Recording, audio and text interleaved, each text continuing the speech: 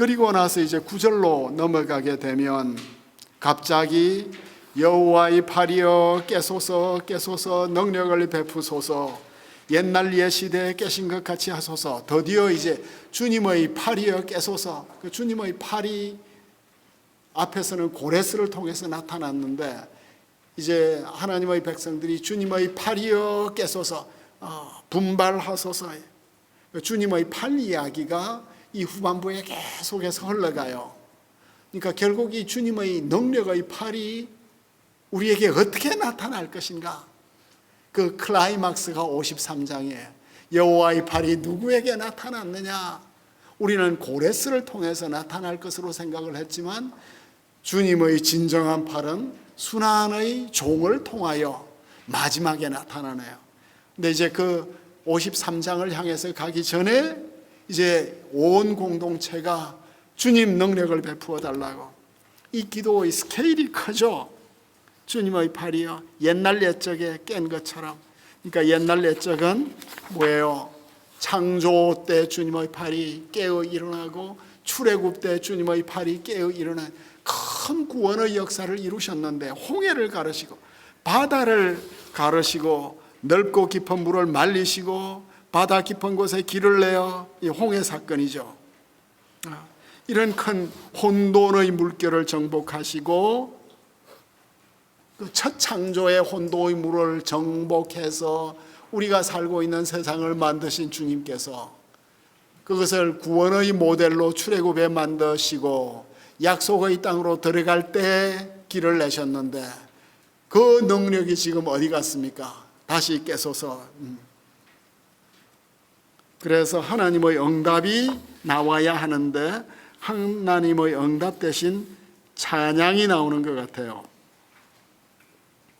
그러니까 여호와께 구속받은 자들이 돌아와 그들은 노래하며 시온으로 돌아오리니 영원한 기쁨이 그들의 머리 위에 있고 즐거움과 기쁨은 달아 얻으리니 슬픔과 탄식이 달아나리이다. 그 애가를 하다가 이렇게 찬양으로 넘어가는 이것은 이 시편의 형식이에요. 그러니까 이것은 그냥 찬양이라기보다는 찬양의 서원이에요. 하나님 앞에 애통해놓고 애통으로 끝낼 수가 없잖아요. 완전한 애통, 찬양의 서원이 없는 애가는 시편 88편이에요. 시편 88편은 이런 찬양이 없어요. 시편 88편의 마지막 단어는 어둠이에요. 나의 친구는 어둠이니이다. 정말 완전한 어둠 가운데서 하나님께 계속 그 의문만을 제기하는 이런 시예요. 근데 그러니까 이건 애가로 본다면 주님께서 우리를 구원해 주시면 구속받은 자들이 돌아와서 노래하며 시온에 돌아올 것입니다. 이렇게 탄식이 달아날 것입니다.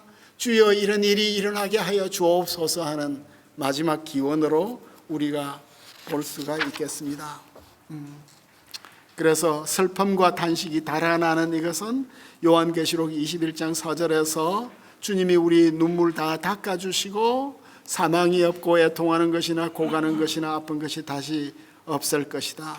주님이 주신 기쁨과 사라진 슬픔이 강한 대비를 이루죠. 요한계시록에서 종말론적인 구원은 5가지가 있죠. 5가지가 없어요. 우리가 구원을 받을 땐 5가지가 없는데 눈물 없고 사망 없고 애통 없고 곡하는 게 없고 슬픔이 없어요. 이 5가지 중에는 고통과 슬픔과 불행을 다 이 5가지는 우리가 당하는 인생의 108번뇌가 다 이 안에 있다. 이렇게 말을 할 수 있겠습니다. 너희를 위로하는 자는 나다. 이제 백성들의 기도 스케일이 컸죠. 이미지는 강력했어요. 그죠? 라합을 점이 씌이지 않았어요. 예. 그런 말씀이 나오죠? 없었나요? 예. 9절에 그러니까 용을 찌르시 니가 어찌 주가 아니시나이까 신화적 이미지를 마치 바빌론 창조 신화에서 마르두기 티아맛을 죽이고 그리고 티아맛의 몸으로서 하늘과 땅과 이 세상을 만든 것처럼 또 혼돈을 정복해야 질서가 생길 거 아니에요. 그죠?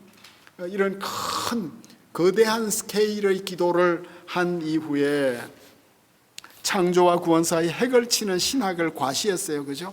이 기도도 폼난 거예요. 시적으로도 아름답고 게다가 멋들어진 찬양의 서원까지 했잖아요. 그럼 주님은 어떻게 대답하실까요? 그 장군에 걸맞는 망군으로 응답해 내실까요? 그런데 주님은 동문서답하시는 것 같아요. 직접적으로 대답하지 않고 왜 그들이 학대자의 분노 때문에 두려워하는지 꾸짖으시네요. 약간 질이 떨어지는 대답 같아요.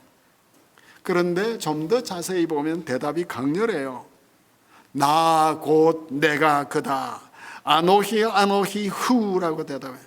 그러니까 이 말씀은 반복되죠. 유일하시고 비교 불가능한 분이에요. 깨소서 이중기도에 대해서 나 곧 나가 그다 이렇게 이제 대답을 하시죠. 이중 속에 그가 누구예요? 너희들이 말한 혼돈의 용을 정복한 그가 바로 나다. 그리고 나서 주님은 너는 누구냐? 미앗, 여성형 시온이 물어지가 미아타 하면 이제 너는 누구냐 하는데 미앗, 이스라엘 백성이니까 나는 바로 바로 그인데 그럼 너는 누구냐? 왜 죽을 사람을 두려워하며 풀같이 될 사람의 아들을 두려워하느냐? 주님 대답은 너무나 너희들 기도가 지금 내게 하는 기도냐 거창하게 하고 있는데 두려워 떨면서 기도하면서 나는 믿지도 않구나. 백성의 마음속에 감추어진 것을 드러내고 있습니다. 그리고 주님은 백성의 질문을 질문으로 대답하시죠. 세 가지 질문. 너를 지은 자 여호와를 어찌하여 잊어버렸느냐? 이스라엘 백성들의 원천적 질문이에요. 그죠? 49장 14절에 오직 시온이 이르기를 여호와께서 나를 버리시며 주께서 나를 잊으셨다 하셨는데 주님이 그들을 잊은 게 아니라 너희가 나를 잊은 거지 하잖아. 너희가. 그리고 너를 멸하려고 준비하는 저 학대자의 분노는 왜 두려워하느냐? 그리고 학대자의 분노가 도대체 어디 있냐? 사실은 너희가 두려움이 너를 두렵게 하는 것이지 실제적인 두려움이 없는 게 아니냐.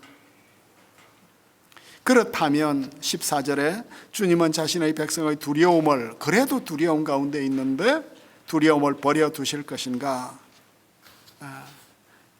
여기에서 결박된 포로, 원어는 위축된 자예요. 구부린 자예요. 제2행에는 구덩이가 나오죠. 그러니까 죽음의 두려움 가운데 있는 자들이에요. 주님은 그들을 속히 구원하실 뿐만 아니라 양식이 부족하지 않게 할 것이다. 본문은 예루살렘이 포위되고 굶주려 있는 모습이에요. 그죠? 사내립대로도 볼 수가 있네요. 굶주린 가운데 있을 때 사내립이 너희를 에워싸고 있다 하더라도 두려워하지 말라. 그리고 드디어 15절에 주님이 이 기도에 대한 직접적 대답을 하시네요. 나는 내 하나님 여호와라. 바다를 휘저어서 그 물결을 뒤흔들게 하는 자이니 그의 이름은 만군의 여호와니라. 드디어 기도에 응답하시고 16절에서는 위로와 확신을 주십니다. 내 손 그늘로 너를 덮었다. 그것은 주님께서 종에게 주신 약속이었습니다. 그죠? 49장 2절과 50장 4절. 이제 하나님의 백성의 역할과 종의 역할이 융합되고 있습니다. 그리고 51장 17절에서 23절에서 주님의 진노는 끝났다. 이제 두 번째로 깨어라 깨어라 일어나거라 예루살렘아. 그러니까 예루살렘이 지금 마지막 모습, 여호와의 종의 노래 52장으로 이제 넘어가기 전에 예루살렘의 또 마지막 모습이 이렇게 완전히 술에 쩔어 있는 모습이에요. 근데 이 술은 주님의 진노의 잔을 마신 거죠. 다 비운, 찌꺼기까지 다 비운. 그 베스트만이 이것을 새로 해석을 해 주었는데 이것이 원래는 애가였다. 백성의 노래를 이제 주님의 소리로 만들었는데 이걸 애가로 읽으면 참 재밌는 것 같아요. 주님은 분노의 잔을 우리에게 주셔서 마시게 하였습니다. 우리는 이미 비틀거림치게 하는 큰 잔을 마셔 비웠습니다. 내가 낳은 모든 아이들 중에 나를 인도할 자가 없고 내가 양육한 모든 아들 중에 그 손으로 나를 이끌 자가 없습니다. 이 두 가지 일이 내게 닥쳤으니 누가 나를 위하여 슬퍼하겠습니까? 곧 황폐와 멸망이요 기근과 칼이라. 누가 나를 위로하겠습니까? 내 아들들이 곤비하고 그물에 걸린 영양같이 온 그리 모퉁이에 누웠으니 그들에게 여호와의 분노와 우리 하나님의 견책이 가득합니다. 이게 백성들의 애통으로 본다면 참 이게 애절하게 우리에게 오는 것 같아요. 이게 이제 하나님께서 이제 약간 책망투로 하시는 말씀으로 현재는 우리에게 다가오고 있습니다.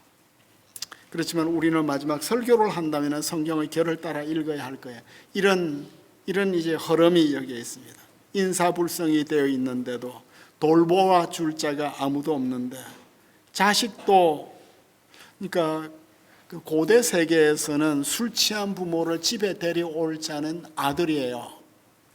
그런데 술 취해서 길거리에 쓰러져 있는데 우리를 데려올 아들도 없다. 이렇게 우리가 비참하게 되었다는 것을 18절에서는 이렇게 말하고 있습니다. 9절에서는 네. 이스라엘이 여호와의 팔이여 깨소서 했고 네. 17절에서는 하나님이 깬 놈들은 너희들이다. 그렇죠. 깨어라. 네. 그렇죠. 딱 그렇게 이어지죠. 네. 내가 깰 게 아니라 너희들이 깨어야 된다. 지금 너희들이 너무 비틀거리고 있다. 그지? 그리고 너희들을 이렇게 인도해 줄 자도 없다. 이렇게 비참한 자리에 언제까지 오래 있을 것이냐. 날 보고 깨라고 하지 말고 너희들이 깨어나라.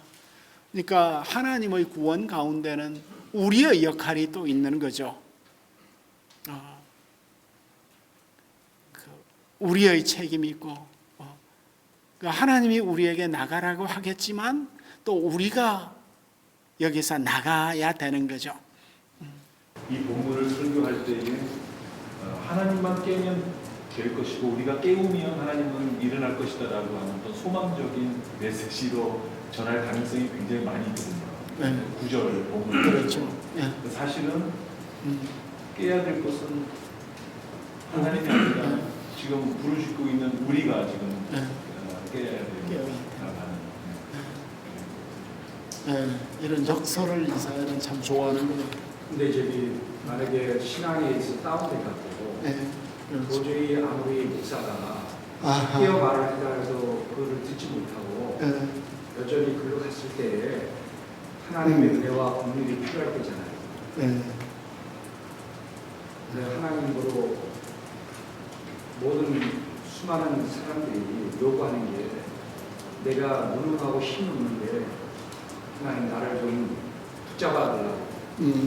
그게 모든 일반 백성들의 고통의 소리가 아닌 것 같아요. 그래도 이제 선지자가 이렇게 깰지어다 예루살렘아 깰지어다 하면 그 말씀 속에 권능이 있어서 그 말씀 듣고 벌떡 일어날 수 있지 않겠어요? 그 말씀이 그의 가슴 속에 그냥 촥 꽂혀버리는. 근데 여기에서 제일 재미있는 이미지가 그물에 걸린 영양 같아요. 온 백성들이 지금 그 그물에 걸린 영양처럼 되었대. 그런데 그물에 걸렸는데 이 양들이 온 거리 모퉁이에 누웠대요. 그래서 요걸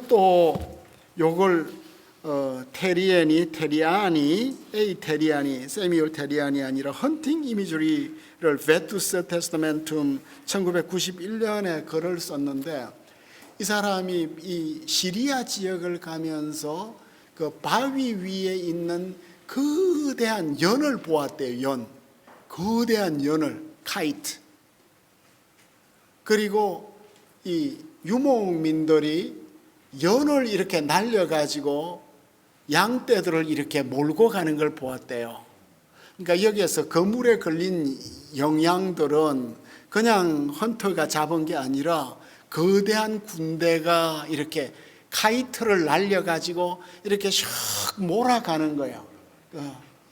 이 영양들을 이렇게 샥 거리 모퉁이로 몰아가지고 그대로 그러니까 그들은 그렇게 하는데 적군을 몰 때는 그렇게 몰지 않겠죠. 그러면 이제 그 영양들을 잡을 때, 야생 영양들을 잡을 때, 내 양떼를 몰 때는 안전하게 몰겠지만 영양들을 몰 때는 연이 그 1kg 되는 연도 있대요. 1kg 되는 연이 양떼를 이렇게 영양을 샥 몰면 영양이 막 이렇게 높은 데로 올라가면 뭐 헐떡헐떡 하잖아요. 그리고 그 다음엔 또 샥 밑으로 몰면 막 쏜살같이 가고 이리 몰리고 저리 몰리고 나중에 기진맥진 해가지고 동네 사거리에 다 뻗어 누웠다는 거. 그러니까 큰 군대가 와서 이렇게 작은 사람 나라들을 이렇게 몰아갈 때 이렇게 완전히 기진맥진 하는데 코나로 몰아가지고 스스로 탈진해 죽도록 하는 이런 거죠. 류 목사님의 지금 질문은 그렇게 된 이 영양에게 그렇죠. 그렇게 너 깨야 된다.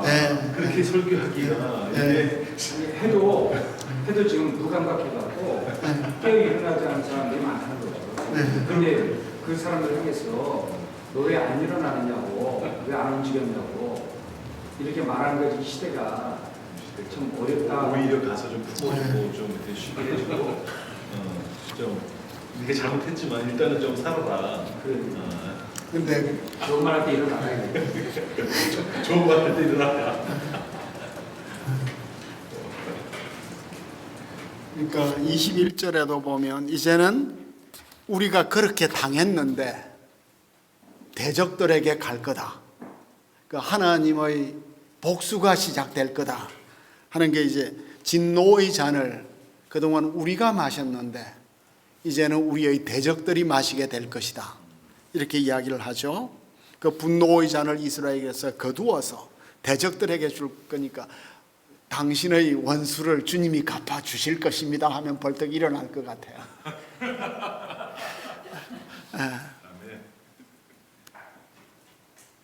그래서 이스라엘이 하나님은 이스라엘의 고통에 공감하셨어요. 그러니까 그렇게 완전 탈진한 사람에게는 공감이 필요하겠죠. 그러니까 하나님께서 이렇게 깨어라 깨어라 하실 때는 굉장히 우리가 어떻게 해서 이렇게 탈진하게 되었는지 주님이 쫙 설명을 해 주신 것 같아요. 진노의 잔을 마셨는데 너무 많이 마셨다. 독한 징계를 너무 많이 받았다. 이 말씀이 어쨌든 위로가 되었어요. 그러니까 애가로 표현을 해도 굉장히 위로가 될 것 같고 하나님의 말씀이 이게 그냥 깨어라 깨어라가 정신 차려라 하는 이 정도가 아니라 이 목소리와 어조와 또 톤에 따라서 이건 굉장히 위로의 말씀이 될 수도 있을 것 같아요. 그리고 이제 너희들이 마셨던 것, 너희들이 마시게 한 원수들에게 내가 다 갚아주겠다. 그러므로 라헨 운명 전환이 일어나죠. 이스라엘의 고난이 막심해요. 그들은 공고한 자예요. 이제는 포도주가 아니라도 취하는 자예요. 이게 무슨 말이에요? 트라우마가 너무나 깊어가지고 소치 아닌데도 속과 비슷한 소뚜껑하고 비슷한 것만 봐도 깜짝 놀라는, 그러니까 악플에 너무 시달려가지고 전화만 와도 깜짝깜짝 놀라는, 소뚜껑만 보아도 자라인 줄 알고 놀라는. 그래서 주님께서 일하실 것인데 네 개의 칭호, 주님은 온 우주의 주시다, 아돈이다. 그의 백성들과 언약을 맺고 돌보시는 그들의 하나님이다. 억울함을 풀어주시는 참된 재판관이시다. 그래서 당한 만큼 정확하게 계신해 줄 것이다. 그 이스라엘을 괴롭혔던 원인을 제거하실 거예요. 그죠? 그 이스라엘 쪽에서는 이게 하나님의 어떤 뜻이 있었고 징계는 끝났고 회복의 시간이 왔고, 그렇지만 이스라엘 편에서 억울한 일이 많이 있는데 그들이 받은 그 고난이 상상을 초월할 정도로 잔혹했죠. 23절에 그 잔을 너를 괴롭게 하던 자들의 손에 두리니 그들은 일찍이 내게 이르기를 엎드리라 우리가 넘어가리라 하던 자들이라. 너를 넘어가려는 그들에게는 내가 내 허리를 땅과 같게 길거리와 같게 하였느니라. 이게 무슨 말이죠? 정복자들은 패배자들을 짓밟고 다니는 거죠. 엎드려. 그러니까 패배자들의 몸과 정신을 산산조각 내는 거예요. 그죠? 우리의 대적들은, 교회의 대적들은 이 목회자들의 정신을 계속 공격하는 거야. 정신을 부수는 거예요. 몸도. 그래, 빨리 죽이기보다 고문하고 비참하게 하고 치욕을 느끼게 하고 그들의 지배자로 자신을 높이고 있다고 하였다. 스미스의 주석이에요. 옛날 여호수아도 아모리 다섯 왕들을 붙잡았을 때 그들의 목을 발로 밟으라고 명했는데 그들의 시체를 나무에 달았죠. 그러니까 구약시대 제국들의 제국들은 패배자들에게 너무 무섭게 잔혹하게 짓밟았죠. 이제 이 진노의 잔 이야기가 계시록에도 나오고 예수님은 이 잔을 내게서 거두어 달라고. 그러니까 예수님이 말씀하신 이 잔은 이 구약의 배경 속에서 보면 지독한 잔이죠. 이 종이 마셔야 될 이 모든 잔이었으니까 그냥 죽음의 잔 정도로 생각을 했는데 이사야의 배경 속에서 이 백성들이 마신 잔은 독한 잔이었습니다. 그죠? 다가오는 죽음을 잔과 분노의 잔으로 묘사한 것은 구약의 전통을 따른 거예요. 마가복음에서는 큰 잔이라고 묘사를 했는데 큰 잔. 이사야 51장 22절과 함께 유일해요. 큰 잔, 진노의 큰 잔. 그리고 이제 드디어 시온의 기쁜 소식을 전하라가 52장 1절에서 12절인데 메시지 절정에 이르죠. 그 52장이 40장하고 완벽한 짝을 이루어요. 산 위에 올라가서 복음을 전하고 복된 소식을 전하고 하나님이 다스린다 하고 시온 예루살렘을 위로하고 소리가 등장하고 함께 보고 기쁜 소리를 지르고 주님의 영광과 구원을 보고 주님이 그의 백성을 위로하고 주님의 팔이 나타나고 그래 40장에 있는 구원의 약속이 이제는 종의 노래 사이에 와서 이렇게 마지막 짝을 이루고 위로한 이후에 진짜 주님의 팔이 이제 주님의 종을 통하여 나타나는 이 이야기를 다루고 있습니다. 오늘 밤은 여기까지 하죠.